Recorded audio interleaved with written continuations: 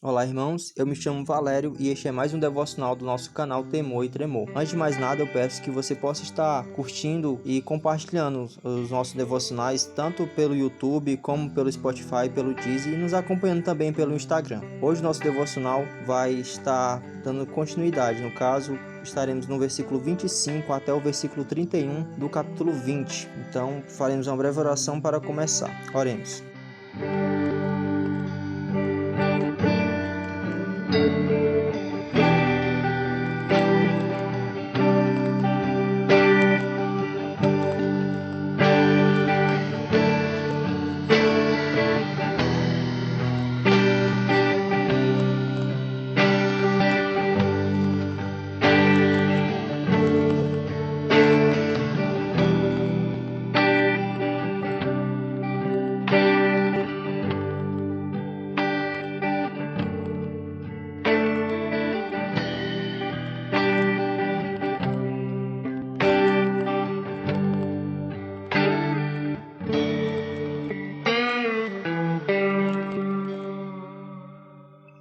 Senhor Deus, soberano Pai, em nome de Jesus, te somos gratos por mais um dia de vida e te entregamos, Senhor, esse estudo.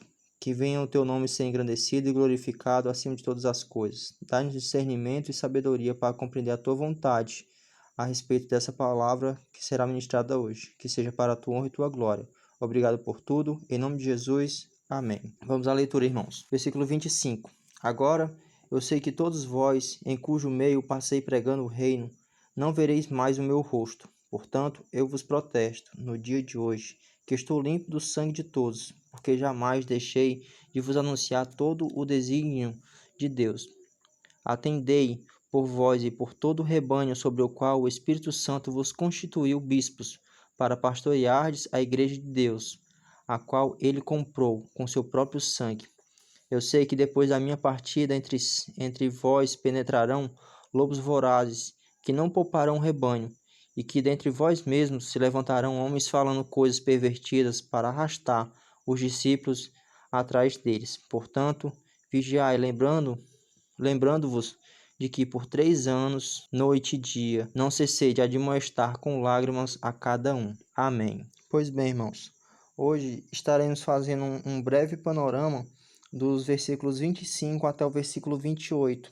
Posteriormente a isso, estaremos adentrando de forma mais sucinta no versículo 29 até o versículo 31, levando como mensagem central de hoje para a nossa reflexão. Inicialmente, vemos que no versículo 25, Paulo já está se despedindo do povo, onde ele diz: Agora sei que a todos vós, em cujo meio passei pregando o reino, não vereis mais o seu rosto. Então a gente já vê um tom de despedida de Paulo. E no versículo 26, a gente vê: Portanto, eu vos protesto no dia de hoje, que estou limpo do sangue de todos, porque jamais deixei de anunciar todo o desígnio de Deus. Irmãos, atentemos a essa passagem onde Paulo diz: Estou limpo do sangue de todos. Por quê? Porque jamais deixei de vos anunciar todo o desígnio de Deus. Não devemos, de forma alguma, nos guardar a respeito de pregar a mensagem do Evangelho.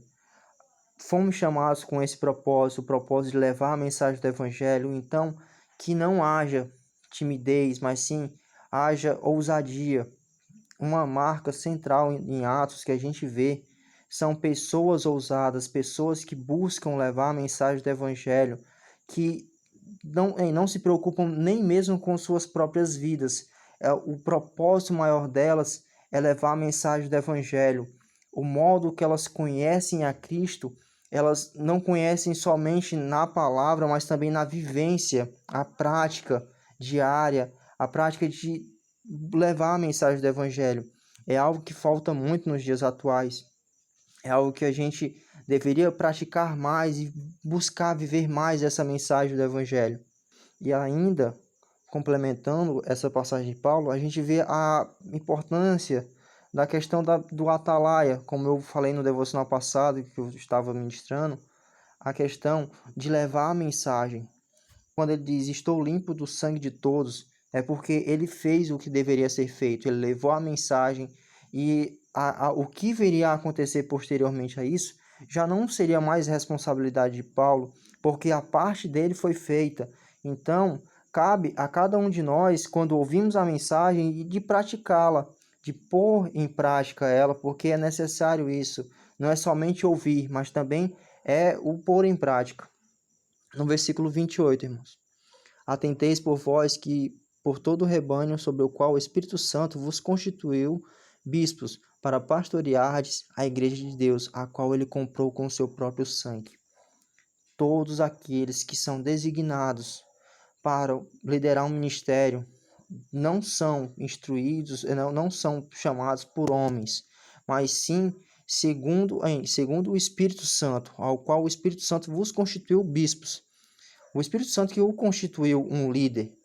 Então, você deve entender que a posição que você está é uma posição de honra, mas é uma posição onde você deve estar submisso, uma posição onde você deve estar entregue à mensagem do Evangelho e, principalmente, compreender que foi pago um alto preço para você estar aí, para você estar aqui, para eu estar aqui, para nós ouvirmos e levarmos a mensagem. Cristo morreu na cruz por nós.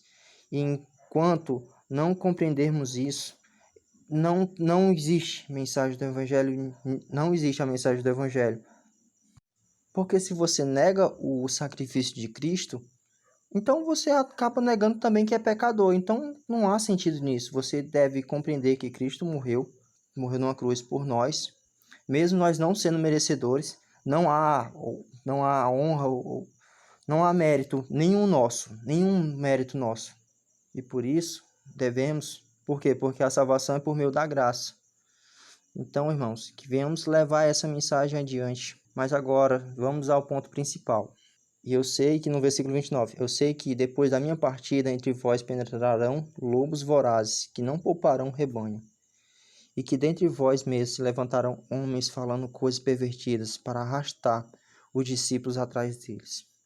Nos dias atuais, irmãos, a gente vê que muito se tem deturpado sobre o Evangelho. Talvez a maior perseguição do Evangelho não é nem a outros povos perseguirem cristãos, mas sim a perseguição que há dentro da igreja, onde a gente vê um contraste, onde pessoas que pregam um evangelho verdadeiro e pessoas que pregam um evangelho falso. Porque muito tem se visto sobre um evangélico antropocêntrico, onde coloca o homem no centro. E esse não é o evangelho verdadeiro. Quando Paulo diz que eu sei que dentre vós, após a minha partida, penetrarão lobos vorazes, que não pouparão rebanho. E realmente, irmãos, vemos que muitas pessoas acabam por se perder, mesmo dentro da igreja, por não seguir a mensagem do evangelho, por ouvirem um evangelho deturpado, um evangelho onde ele coloca a pessoa no centro. Nós não somos o centro. Deus é o centro. Cristo é o centro. O evangelho onde que foi pregado não é um evangelho de receber bênçãos. A maior bênção que a gente recebeu é a salvação, e mesmo sem merecer. E é muito importante que a gente compreenda isso. E vemos lá em Mateus 6,25, onde está escrito: porquanto quem quiser salvar a sua vida, perdê-la-á, e quem perder a vida por minha causa, achá-la-á. Pois, no versículo 26, pois que aproveitará o homem se ganhar o mundo inteiro e perder a sua alma? Ou o que dará o homem em troca da sua alma? Porque o Filho do Homem há de vir na glória de seu Pai com os seus anjos, e então retribuirá a cada um conforme as suas obras. Acaba que as pessoas eles só olham essa parte final, assim, então retribuirá a cada um conforme as suas obras. E ali pronto. Mas acaba que não percebem que lá no versículo 25 diz que quem quiser salvar a sua vida, perdê-la-á. E quem perder a vida por minha causa, achá-la-á. É um evangelho, irmãos, um evangelho onde temos a renúncia, a entrega. É uma entrega diária, é uma luta diária. Nós temos uma luta diária contra o pecado. Não tem nada a ver com o que temos visto pregado na atualidade, onde pessoas só levam um evangelho de prosperidade, onde você entra na igreja, você não conhece a Cristo, você conhece as bênçãos de Deus, mas você acaba se deslumbrando por todas aquelas conquistas e nada daquilo é real. Porque no final das contas, você está dentro de uma igreja, mas você não conheceu o principal. Você não conheceu a Cristo. Então, do que realmente valeu tudo isso? Não valeu de nada, irmãos. Então, a gente até vai remetindo ao que está escrito em Eclesiastes, a vaidade das possessões. A gente nota que Salomão, quando escreve lá do versículo 1 até o versículo 9, até o versículo 11, perdão, ele vem mostrando que ele se deu a muitas coisas, mas no final das contas, nada foi o suficiente a satisfazer ele. Isso é a vida do homem. Buscamos muitas coisas para satisfazer o nosso coração, mas somente Deus é suficiente para isso. E quando entramos numa igreja onde não há a pregação do evangelho genuíno, o evangelho verdadeiro, da entrega, da pregação, onde Cristo morreu por pecadores e onde nós somos pecadores, miseráveis pecadores, de nada vale. Você vai estar ali e nunca vai ser o suficiente. A mensagem nunca vai ser o suficiente, porque é sempre um acréscimo e mais um acréscimo de algumas coisas, e no final das contas, você não tem o principal, você não tem a Cristo. E se você não tiver a Cristo, de nada vale, irmãos. O Evangelho é sobre isso. É sobre alguém que morreu por você, mesmo você não merecendo de forma alguma. Então, que venhamos viver isso, compreender isso e praticar isso. E agora, irmãos, vamos para o versículo 31, onde Paulo diz: portanto, vigiai, lembrando-vos de que por 3 anos, noite e dia, não cessei de admoestar com lágrimas a cada um. Irmãos, para finalizar, no versículo 31, ele fala sobre vigiai. Vigiai e lembrai, né? E lembrai-vos do que por 3 anos ele anunciou. A mensagem que Paulo anunciou por 3 anos não cessou de forma alguma de levar essa mensagem, a mensagem do Evangelho, da renúncia, de entrega mesmo e da busca por Deus. Como podemos estar numa igreja e saber se realmente ela é a igreja certa, se ela é a igreja que prega o evangelho genuíno, um evangelho verdadeiro? Como está escrito lá em João 5,39. Examinais as escrituras, façamos como os bereanos. Os bereanos, eles foram admirados por isso, por examinar tudo que estava escrito e o que era pregado, eles iam lá, será que está aqui na palavra? Examinai as escrituras, irmãos, por causa que o evangelho, ele é o poder de Deus. E não devemos nos envergonhar, como está escrito lá em Romanos 1,16, pois não me envergonho do evangelho, porque é o poder de Deus para a salvação de todo aquele que crê, primeiro do judeu e também do grego, visto que a justiça de Deus se revela no evangelho, de fé em fé, como está escrito: o justo viverá pela fé. Examinemos as escrituras dia após dia, busquemos viver o que está escrito na palavra.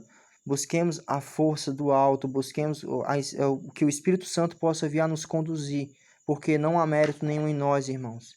Então, que você possa estar levando essa mensagem adiante, praticando ela, levando a mais irmãos, e que a sua vida possa honrar e glorificar e enaltecer o nosso Senhor para todos sempre.